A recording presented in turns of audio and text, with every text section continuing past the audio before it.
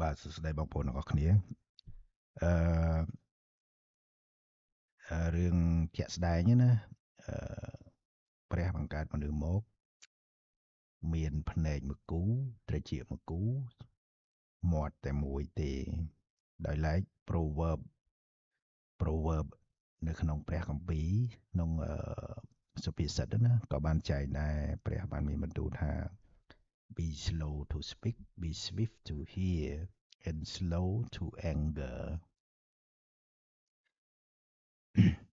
ចឹងវាស៊ីគ្នាណាវាស៊ីគ្នាទៅនឹង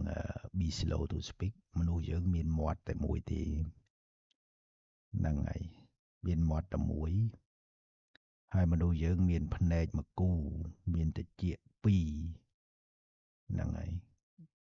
វាត្រូវនឹងន័យដែលព្រះមានបន្ទូលថា be swift to hear គេថាបើគេនិយាយអីបើយើងឮអីយើងឆាប់ស្ដាប់ដោយយកចិត្តទុកដាក់បំផុតភ្នែកហ្នឹង observe អង្កេតមើលតាមដានមើលគិតពិចារណាឲ្យបានច្បាស់លាស់ ភាគច្រើនយើងមិនបាច់ចាំការនិយាយទេយើងឧទាហរណ៍ថាខ្ញុំនិយាយថារឿងសំណួរមួយចុះសំណួរនៅពេលដែលយើងអានសំណួរមួយឬក៏គេដាក់សំណួរមួយឲ្យយើងសំណួរគេដាក់ទៅតាមបែបនៅសាលាបើយើងរៀនថ្នាក់បឋមគេដាក់សំណួរស្រាលបែបមិនពិបាកគិតមិនពិបាកវិភាគសំណួរឡើងអនុវិទ្យាល័យសំណួរត្រង់ដូចគ្នាដល់ឡើងវិទ្យាល័យយើងនិយាយតែសេចក្តីចុះដើមដូងមួយដើមបើយើងតែងនៅបឋមដើមដូងគឺដើមដូងមានស្លឹកមានផ្លែមានផ្កាមានផ្លែតែប៉ុណ្ណឹងមានដើមបើឡើងអនុវិទ្យាល័យវាអាចលើសហ្នឹងទៅអាចថាផ្លែយកទៅធ្វើទឹកធ្វើនំធ្វើអីបានអញ្ចឹងទៅបាទមែកយកទៅដុតបានអីចឹងទៅបាទដល់ឡើងវិទ្យាល័យវិភាគលើសហ្នឹងទៀតដូងគឺមានអសារៈប្រយោជន៍ច្រើននៅក្នុងការអឺអធិប្បាយអញ្ចឹងណាបាទអញ្ចឹងសំណួរគេដាក់ទៅតាមកម្រិតអឺរបស់មនុស្សឬក៏សំណួរវាទាមទារការគិតនិងការវិភាគឲ្យបានល្អិតល្អន់អញ្ចឹងហើយនៅពេលដែលយើងឃើញអ្វីមួយយើងឮអ្វីមួយគេទាមទារឲ្យយើងគិតឲ្យយើងវិភាគទៅលើហេតុការណ៍ដែលយើងបានឃើញហ្នឹងកុំឲ្យចេះតែជឿកុំឲ្យចេះតែអឺតាមនៅអ្វីដែលគេនិយាយកុំឲ្យចេះតែបកស្រាយនៅអ្វីដែលយើងឃើញភ្លាមយើងត្រូវគិតដោយមានដោយមានកត្តាវាស់វែងឲ្យបានច្បាស់លាស់បាទយកមកសំយោគវាថាតើអាហ្នឹងវាប៉ិតឬក៏មិនប៉ិតវាចេញមកពីណាហេតុអីបាទវាទៅច្រកណាវិញបាទតើគេដាក់សំណួរហ្នឹងមកគេសួរហ្នឹងគេចង់បានអីអញ្ចឹងបានអឺពាក្យមួយម៉ាត់ទៀតគេថាមុននឹងនិយាយក៏លាស់អណ្ដាតអ្នកឲ្យបានច្រើនមានន័យថាគេចង់ឲ្យយើងគិតឲ្យបានល្អិតមុនយើងនិយាយអ្វីមួយហើយអឺព្រោះអីមនុស្សយើងកាលណាយើងឮយើងមិនបានគិតយើងគ្រាន់តែឮហើយ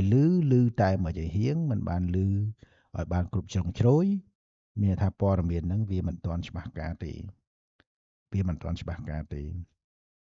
ញ្ចឹងបានពាក្យមួយម៉ាត់ទៀតគេថា the good judge is the good learner មានន័យថាម៉េចមានន័យថាមនុស្សដែលប្រកែ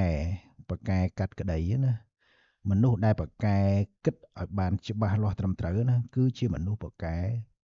សិក្សាស្រាវជ្រាវស្វែងយល់ទៅលើប្រធានបទហ្នឹងបាទ good learner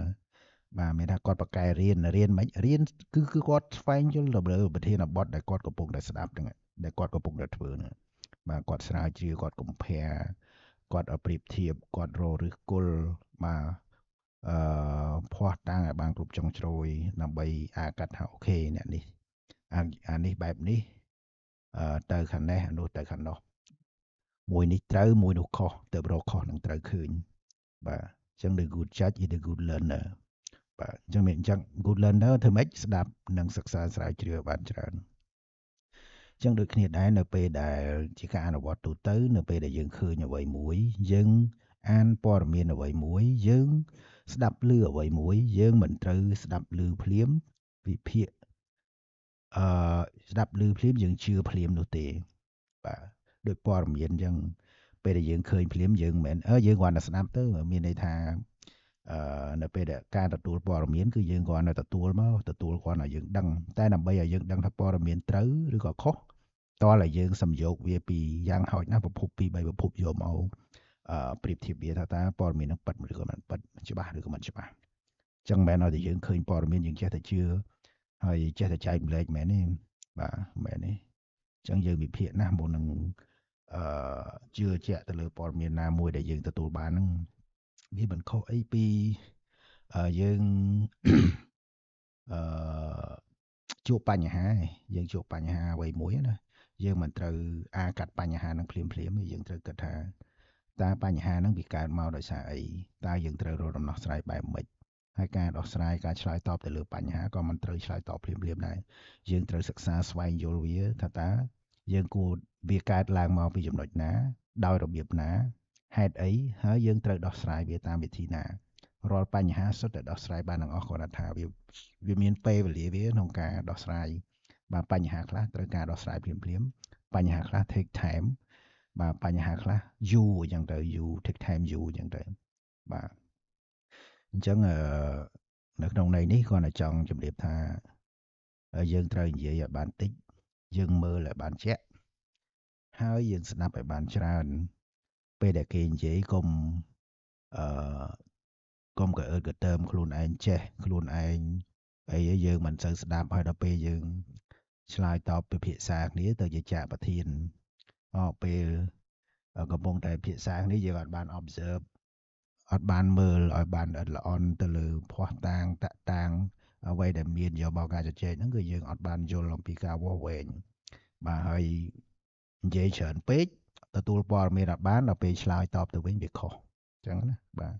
អញ្ចឹងមុននឹងធ្វើអីមួយយើងគិតឲ្យបានល្អិតល្អន់មុននឹងនិយាយស្ដីមុននឹងសម្រេចចិត្តបាទអរគុណ